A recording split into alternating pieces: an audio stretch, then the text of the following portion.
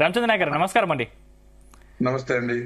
కొత్త ప్రభాకర్ రెడ్డి గారు చేసినటువంటి వ్యాఖ్యలకు మళ్ళీ ఆయన నిన్న వివరణ ఇచ్చారు. అంటే మీరు 5 ఏళ్లు అధికారంలో ఉండాలని మేము మనస్ఫూర్తిగా కోరుకుంటున్నాం, కానీ ప్రజల్లో కొంత వ్యతిరేకత వచ్చింది, ఆ వ్యతిరేకతను క్యాచ్ చేసుకుని మాత్రమే మాట్లాడడం, ఇందులో ఎటువంటి దురుద్దేశం కొద్ది మేము మాట్లాడలేదని ఒక క్లారిటీ ఇచ్చారు. దాని మీద మీ స్పందన ఏంటి? ముందుగా నా తోటి పార్టిసిపెంట్స్ కి, అదే విధంగా తెలంగాణ రాష్ట్ర ప్రజలందరికీ నమస్కారం. తెలంగాణ రాష్ట్రంలో కాంగ్రెస్ ప్రభుత్వం పగ్గాలు చేపట్టి సంవత్సరం 4 నెలలు. ఈ సంవత్సరం 4 నెలల్లో దాదాపు మన రాష్ట్రంలోనే ఏ దేశంలో ఏ రాష్ట్రంలో లేని విధంగా అభివృద్ధి కార్యక్రమాలు ముందుకు పోతా ఉన్నాయి.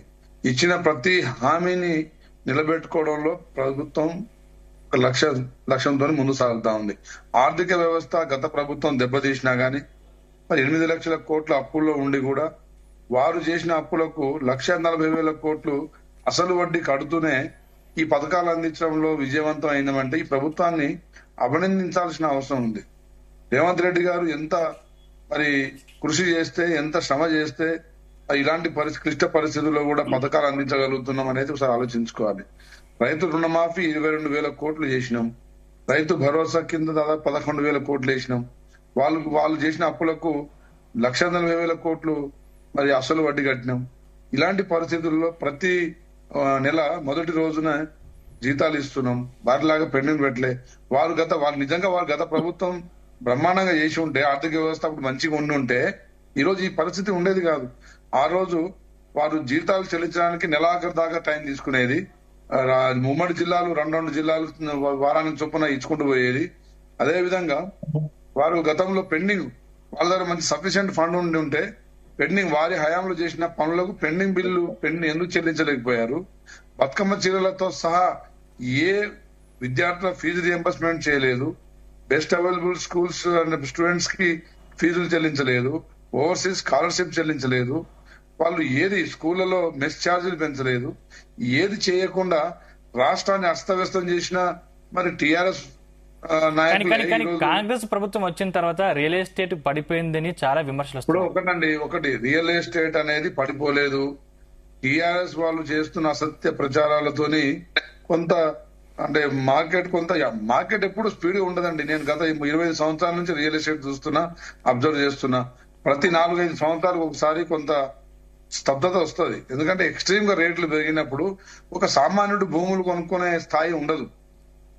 ఒక మిడిల్ క్లాస్ ఎంప్లాయీస్ గానీ, మిడిల్ క్లాస్ మన ప్రజానికం గానీ కొనుగోలు చేసినప్పుడే మార్కెట్ అనేది నడుస్తూ ఉంటది.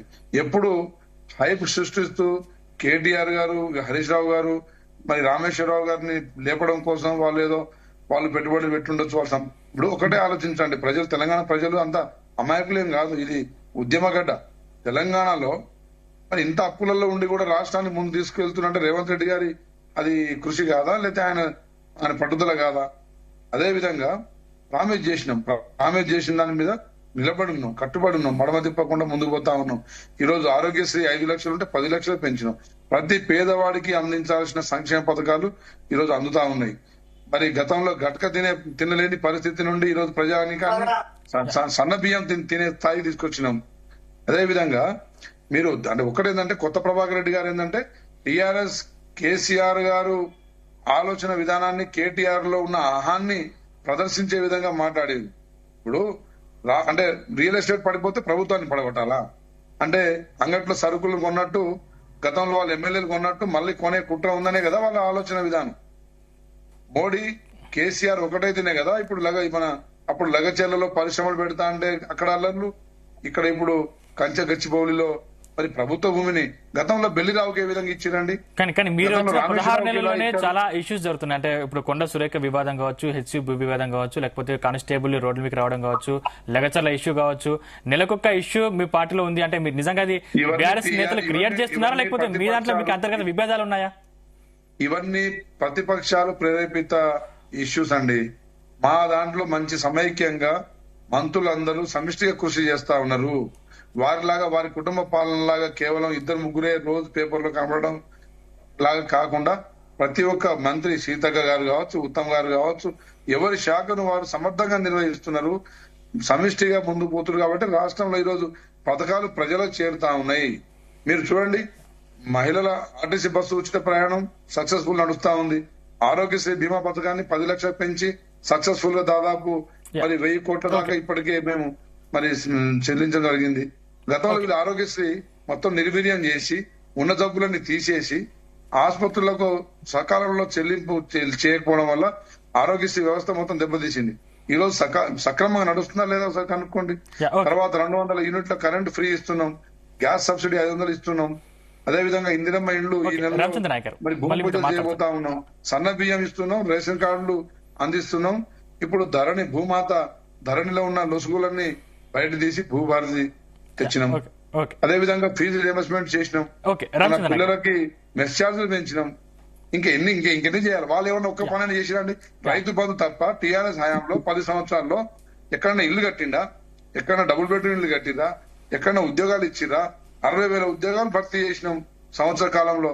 ఎన్ని చేసినా గానీ ప్రభుత్వం మీద శాపనార్థాలు మరి మరి పెట్టుకుంటూ పోతే ఒక అబద్ధాన్ని 100 సార్లు చేయాలని అంటే మాట్లాడి దాన్ని నిజం చేయాలనే కుట్రలు చేస్తున్నారు తప్ప టీఆర్ఎస్ పార్టీ కేసీఆర్ కుటుంబం సురభి నాటకంలో వీళ్ళు నాటక సూత్రధారులాగా ఉంటారండి. ఒక్కొక్కరితో ఒక్కొక్క విధంగా మాట్లాడించుడు, అదే విధంగా ప్రజల్లో ఒక అశాంతి నెలకొల్పడం, ప్రజల్లో ఒక అసహనాన్ని క్రియేట్ చేసి ఆర్టిఫిషియల్ గా ప్రభుత్వాన్ని నిందించే కుట్రలు తప్ప మరొకటి కాదు అని చెప్పి తెలియజేస్తున్నారు. రైట్ రామచంద్ర నాయక్ గారు దగ్గర సమాధానం చెప్పాలంటే ఇప్పుడు ఒకటండి, గతంలో జరిగింది దగా పాలన. డెఫినెట్ గా మాది ప్రజాపాలనే, ప్రజల భాగస్వామ్యం ఉంది. అదే విధంగా మా పార్టీ శాసనసభ్యులు కాదు, మీకు ఏదో ఒక మూలన అనుమానం ఉందా మా ప్రభుత్వాన్ని? ఒకటి మేము మిస్ అయినా నేను మేఘా గురించి మన రామేశ్వరరావు గురించి మాట్లాడుతున్నారు కదా. ఇప్పుడు వాళ్ళు ఏ పార్టీలో ఉన్నారు, ఎవరికి సపోర్ట్ చేస్తున్నారు అది కూడా చెప్పాలి మీరు.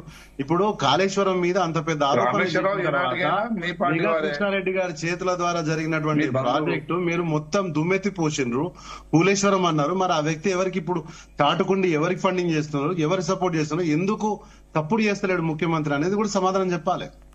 రామచంద్ర నాయక్ మీరు మాట్లాడండి. రాష్ట్రంలో డెఫినెట్ గా మేము ఇచ్చిన హామీలు అభివృద్ధి సమానంగా ముందు తీసుకెళ్తున్నాం. ప్రతి నియోజకవర్గానికి ఒక ఇంటిగ్రేటెడ్ స్కూల్ మరి మేము ప్రామిస్ చేయకపోయినా ఈ రోజు కాదు రామచంద్ర నాయక్ ఏదో ఒక మూలన మీకు అనుమానం ఉందా? మీ ప్రభుత్వాన్ని కూల్చే కుట్ర జరుగుతుందని మీకు అనుమానం ఉందా? ప్రభుత్వాన్ని కూల్చే సత్తా కూడా వాళ్ళకి లేదండి. ఏదో మాట్లాడుతూ మొరిగే కుక్క కరవదన్నట్టు వాళ్ళు మొరుగుతున్నారు, కానీ అట్లాంటిది ఏం లేదు. అలా కానీ మీ పార్టీలోనే లుకలుకలు బయటపడుతున్నాయి కదా. రాజగోపాల్ రెడ్డి చూసుకున్నా, లేకపోతే ప్రేమ్ సాగర్ రావు చూసుకున్నా, మొత్తం మీ మీద వ్యతిరేకత వాళ్ళు తీవ్రమైన వ్యతిరేకత వ్యక్తం చేస్తారు. వ్యతిరేకత ఎక్కడ లేదండి. నేను ఇప్పుడు మంత్రివర్గం ఎక్స్టెన్షన్ చేసుకొని చూద్దాము, మంత్రివర్గం ఎక్స్టెన్షన్ చేసుకొని చూద్దాము.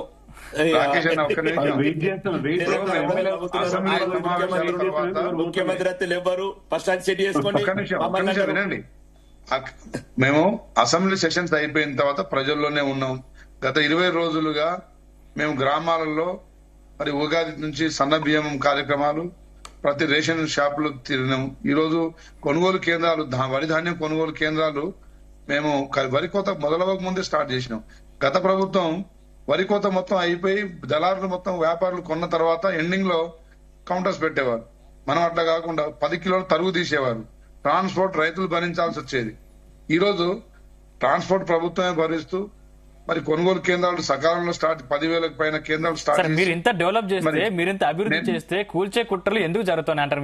మీ వెనక ఏదో ఇప్పుడు కేసీఆర్ గారి నైజాం, అమిత్ షా, మోడీ గారి నైజాన్ని వాళ్ళు వ్యక్తపరిచారు. వాళ్ళకి అది అలవాటు. అంటే ఆ రెండు పార్టీలు ఒకటే అంటారా? ఇప్పుడు బీజేపీయేతర ప్రభుత్వాలు ఎక్కడ ఉన్నా కేసీఆర్ బీజేపీయేతర పార్టీ కాబట్టి కేసీఆర్ మోడీ ఒకటే. వాళ్ళ సాంప్రదాయం ఏంటంటే ప్రభుత్వాన్ని కూల్చడం, ప్రభుత్వాన్ని కూల్చి వాళ్ళు మరి మన ఏమంటారు భాజపా పార్టీని, బీజేపీని వాళ్ళు దేశమంతటా విస్తరించాలనేది వాళ్ళ మనోగతం. కాబట్టి వాళ్ళు అనుకోవచ్చు, పగటి కథలు కనొచ్చు, కానీ కాంగ్రెస్ ప్రభుత్వాన్ని కూల్చడం ఎవరి తరం కాదు. ఎందుకంటే కాంగ్రెస్ పార్టీ ప్రభుత్వం చేసే నాయకుల్లో ఏ పార్టీ నాయకులు మోదీ గారికి ఎక్కువ దండలేసి చెప్పాలి అంటే అభివృద్ధి కోసం ప్రధాని పొజిషన్ లో ఉన్నప్పుడు ఎవరైనా అది వేరు, కానీ అంతర్గతంగా మీ అంతర్గత సంబంధాలు ప్రజలనే తెలిసిందే. కాబట్టి కాంగ్రెస్ పార్టీకి పథకాలే ప్రచారాస్త్రాలు, నాయకులు కాదు. నాయకులు సెకండరీ. కాంగ్రెస్ పార్టీ గతంలో చేసిన సంస్కరణలు కావచ్చు, తెచ్చిన పాలసీస్ కావచ్చు, ఇప్పుడు ఇస్తున్న పథకాలు కావచ్చు, ప్రజలకు చేరితే అదే ప్రజలు మాత్రమే న్యాయ నిర్ణేతలు. తప్పకుండా రాకేష్ రెడ్డి గారు చెప్పినట్టు లోకల్ బాడీ ఎన్నికల్లో మీకు మా మా మా రిజల్ట్స్ ఏందో, మా ఫలితాలు ఏందో మీకు చూపిస్తాం, తప్పకుండా చూపిస్తాం. జయరామ్ గారు ఇప్పుడు అదే ముస్లిం లీగ్ మార్చుకోండి పేరు, కాంగ్రెస్ డబ్బుల విషయానికి వస్తే రాకేష్ అన్న ఒక్క నిమిషం, రాకేష్ అన్న ఒక్క నిమిషం, రాష్ట్రాలలో అధికారంలోకి వచ్చినాము, కాంగ్రెస్ ముక్తి భారతీయత్వం 3 రాష్ట్రాలు ఉన్నారు, ఏం పెన్షన్ పెట్టుకోకుండా కొన్ని రోజులైతే కాంగ్రెస్ ముస్లిం లీగ్ అయిపోతుంది. బీజేపీ పార్టీ పాలిస్తున్న ఏ రాష్ట్రంలో అయినా ఇన్ని పథకాలు అమలు చేసిరో మీరు చెప్పాలి ఒకటి. రెండవది జగన్ గారు డబ్బుల విషయానికి వస్తే చందాలతో పెట్టిన టీఆర్ఎస్ పార్టీ ఇవాళ 1200 కోట్లు వారి ఖాతాలో వైట్ అమౌంట్ యాడ్ నుంచి వచ్చిందే. మరి ఇంకా ఎన్ని బ్లాక్ మనీ రైట్ రామచంద్రన్ గారు, నిజంగా కొత్త ప్రభాకర్ రెడ్డి గారు చేసినటువంటి వ్యాఖ్యలు నిజంగా ఏ పార్టీ నాయకులు కూడా సమర్థించట్లేదు. నిజంగా వారి మీద మీరు కేసులు పెడతారా? అధిష్టానం అదేవిధంగా ముఖ్యమంత్రి గారు అవన్నీ నిర్ణయాలు తీసుకుంటారు. కానీ ఒకటే తెలంగాణ ప్రజానికానికి నేను మా జయరాజ్ అన్నకు నేను తెలియజేసేది ఏంటంటే, నేను చెప్పిన సమాధానం చెప్పు. తప్పకుండా దాని మీద చర్య ఉంటది, అది అధిష్టానం చూసుకుంటారని చెప్పిన.